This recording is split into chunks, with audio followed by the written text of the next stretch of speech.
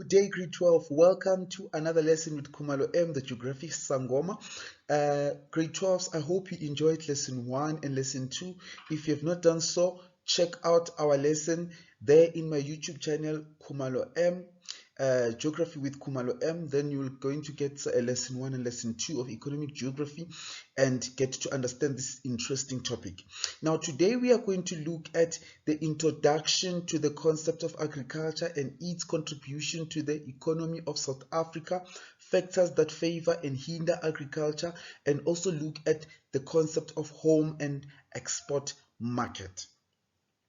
Now, grade 12s, I want to outline something here that is from your exam guideline. Now, in agriculture, we've got rotational topics.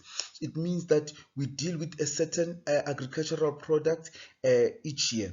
So now, here we look at the contribution of agriculture to the South African economy. We are also going to look at small-scale farming and large-scale farming, looking at the definition and characteristics and how to interpret that, main products produced, definitions and examples, and then we are going to look at the home and export market, as I've said. Now, if you look at this table that is in your exam guideline, grade 12, you see that we are not going to do beef agricultural product. We are not going to do beef because it was for 2021. We are not going to do sugarcane because it was for last year's group of grade 12. You are going to do maize. So you are going to do maize. That's why there is an error there. So that is one of the most important things that you should be aware of as you are studying across these agricultural topics. And there's some that I'm still going to show you that are prescribed for the year as we go to mining and other topics. Now, grade 12s, what does the word agriculture mean? In simple word, it means farming. But now farming can be different. It can be livestock farming, it can be poultry, farming of chickens, it can be crop farming. So the word that we use is farming or agriculture. So in simple terms, it's farming. Now, I want us to look at the key concepts for this topic.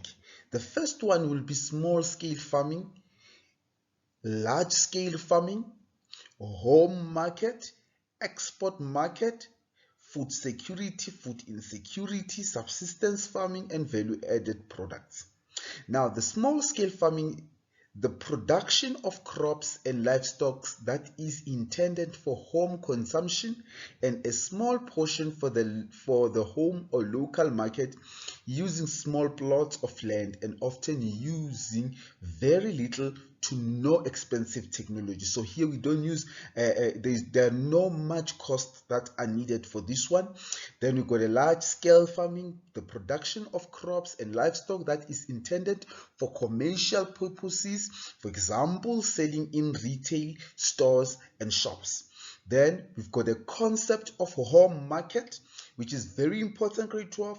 Home markets, it's products sold within the country, South Africa, as you are doing the economy of South Africa. Then we've got export market, goods that are produced for exports market, which we are going to sell beyond South African borders, away from our country or overseas. Now, then we are going to look at the concept of food security, which is when all the people in a country have access to adequate, safe, and nutritious food for sustainable living. The important word there is nutritious food or healthy food. Now, food insecurity, that will be the opposite of food security, which means when most people have lack of access to quality nutritious food in a country for a sustainable living. Then we've got subsistence farming, which is production to meet the demands of the farmer and his family on a small piece of land. So this is the same as we say farming to feed your family. It's farming to feed yourself and your family. Then we've got value-added products. Now, raw materials that have been processed to add to their value. So these are products that have been produced. We have talked about the value-added products in previous lessons because we talked about raw material changed to be processed good, which we call them value-added products that we sell in the tertiary sector and get money.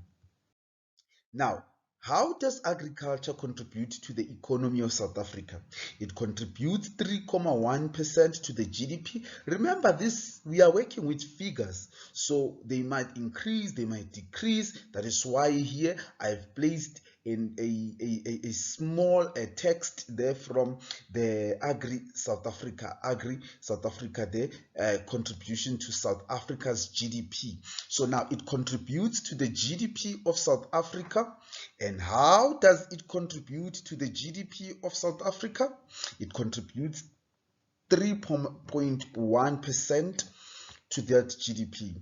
Also, agriculture produces food, as we know that it deals with farming, crops and livestock farming, develops infrastructure, it provides jobs, it supplies raw materials to industries, and also these raw materials can be exported to earn foreign exchange. Now, I want us to also go back and look at small-scale farming and large-scale farming. Now, I said small-scale farming is the production of crops and livestock on a small piece of land. So, bear in mind, on a small piece of land, while the large-scale farming is production of crops and livestock on a large piece of land. Now, look at the characteristics now of a small-scale farm. It's small, family-owned farm. So this is owned by the family, usually produces a variety of crops. So it is a monoculture. That means they produce it's not monoculture, I mean, sorry, forgive me for that. It's not it's multi that the farming different crops and animals. They don't necessarily focus on one, and does not produce huge amounts. So it can be a variety of crops that are planted, but they don't produce a huge amount, because remember, they are not selling. It is small family owned farms. Then now we come to large scale farming characteristics, also called the industrial agriculture. Very few farms. It has very few farms, a very large farms. It produces a lot of food, and normally owned by corporation, which is companies, agricultural companies. Then the main products that are produced in South Africa, with beef or cattle, sugarcane and maize. But for this year, we are going to look at maize. Remember, always remember that when you are studying grade 12, this year we are looking at maize as our agricultural product for 2023. Now, let's look at maize. The triangle of maize. Where in South Africa do we find maize? Parts of the Northwest Province, the Free State, and Mpumalanga. So it's a triangle. 3 provinces that we get maize. It will be Northwest, Free State, and Mpumalanga as shown. So you must know where in South Africa is this crop being farmed. And then we move to factors that favor the maize production in South Africa. Now, the factors that favor, they are the same as factors that promote, or the factors that those are positive factors that allow a good production of maize. So we're looking at temperatures that are not too hot or too cold. For example, moderate temperatures throughout the year that allows for the growth of variety of crops. So our temperatures must not be too cold or too hot. Then warm Mozambique current along the east coast, therefore areas receive no frost and rain up to 1000 millimeters per year or more. So we need frost free areas. So the other factor is that we need a frost free areas and an area that experience rainfall of about 1000 millimeters per year or more. Then most permanent rivers flow in the eastern part of the country, so also we need a permanent rivers which ensures that there is a constant supply of water for the crop. Many storage dams are built on along these river channels. The relief availability of flat land in areas within the maize triangle. So we need a flat land to plant this type of crop. And then availability of cheap labor. Yes, you know, cheap labor, they will take people who are staying in those areas to pay them as to offer them jobs in that area. So there must be availability of cheap labor, use of high technology and research in agricultural production. This includes the quaternary sector now, because it has to do with high technology and research in agriculture. So they have to continuously research on how can they meet the demands of the people in the home market and in the export market, how they can keep the demand so that they can supply to keep up with the demand. So when they supply, that is when they produce more and supply and ensure that all their customers, they have or they get the product. And then when the demand becomes high, grade 12, obviously the supply must be high. You can't have a demand that is high and less supply. Then you will be not working at a profit. Then we are going to look at the factors that hinder, which are negative factors. They hinder maize production in South Africa. South Africa is a relatively dry country with 3/4 of the country receiving annual rainfall below 500 millimeters. You see, so we said here we wanted 1,000 millimeters of rain per year, but South Africa receives even below half of the rain that is needed there. So that is a negative factor about South Africa in the industry of maize production. And then infertile soil due to soil erosion in large parts of the country, which is dominated by steep slopes. Remember, we said we want flat land, but now here in South Africa we've got dominated land forms of steep slopes along the escarpment. The lack of subsidies for most farmers, leading to cheaper imports from other countries with subsidies for their farmers. So a subsidy, it's a support fund. So this is the funds that are given to farmers so that they can maintain their farms. And then we also look at the prevalence of pests and insects. Remember, we've got army of worms and locusts that come and feed on the crop, which poses a negative threat in our maize production. Then grade 12s, we are going to move on here and then ask ourselves how maize contributes to the South African economy. Now, maize, it has a large market because it is a staple food for many South Africans. So most of us, we use maize. We use maize in different types of food, like cooking your pap, your samp, a lot of things that can be done with maize. So now it has a large market because we South Africans, we use too much maize. Imagine you always eat pap at home. How many times you eat pap and how many kgs of maize meal do you buy at home? So you can see that we use maize more and more here in South Africa, and it is used in the production of food products such as beer. Yes, we use. Someone will ask, how do we use maize in beer? Yes, in the process of making beer, they use maize. Cheese spreads, they use also maize. Instant coffee and many other products that we can use maize to produce. And then now, maize products also provide employment for rural communities and seasonal workers. Now, seasonal workers will be those workers who work at a certain period of time where there is it's time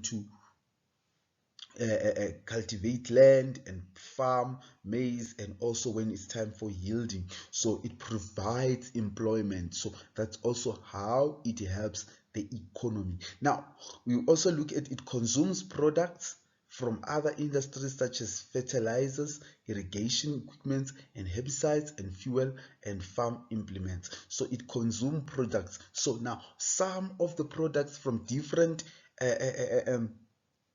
secondary factories, they are going to come here, and they are going to be used to get rid of things like of animals like the insects, like the pesticides, the insects, sorry, to produce things like pesticides to deal with insects, so that we can protect our plants from those insects. And then it earns us a valuable exchange through exports as we export them outside the market. Now, as you can see, grade 12, it's very important to understand here that the main word there is economy. So all these factors must lead to the economy. You can see here it talks about large market. It's part of the economy. We use the production for food production. It's part of the economy. Provides employment. It's part of the economy. And then it consumes products and industries. It's part of what? The economy. And then we also look at foreign exchange, export, and market. It shows that all your factors, they are related to the economy. So you must be aware when you are dealing with these contributions, and they ask you how it contributes to the economy, to stick to the economic factors, not